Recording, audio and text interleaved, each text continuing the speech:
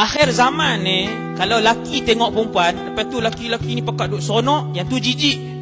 Tapi kalau perempuan tengok laki-laki, dia melompat-lompat tepuk tangan, yang tu tak apa. Penghormatan kepada lelaki tu. Kalau dalam konsert, orang laki-laki main, artis lelaki main duduk di depan, hak perempuan ni melompat-lompat sebut nak kahwin dengan hang, sebut apa semua ni, pakat menjerit.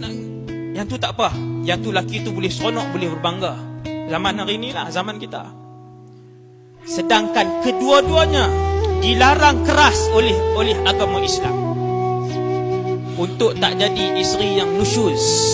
Satu orang yang bergelar isteri hendaklah menjaga aurat dan tubuh badannya daripada dilihat oleh lelaki lain, dan hendaklah menjaga matanya daripada melihat lelaki lain.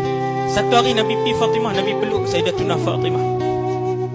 Nabi kata, "Wahai Fatimah, ayyu syai'in khairun lil mar'ah?" Benda apa yang paling besar dalam peraturan seorang perempuan? Jawab Fatimah, "Alla tara rajulan wa la yaraha rajulun."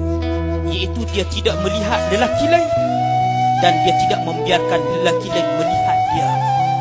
Nabi pun peluk Sayyidatina Fatimah. Nabi kata, "Zurriyatan ba'duha min ba'd." Nabi kata, sungguh hang ni anak daging, darah daging. Sebab apa? Sebab Fatimah jawab tu betul.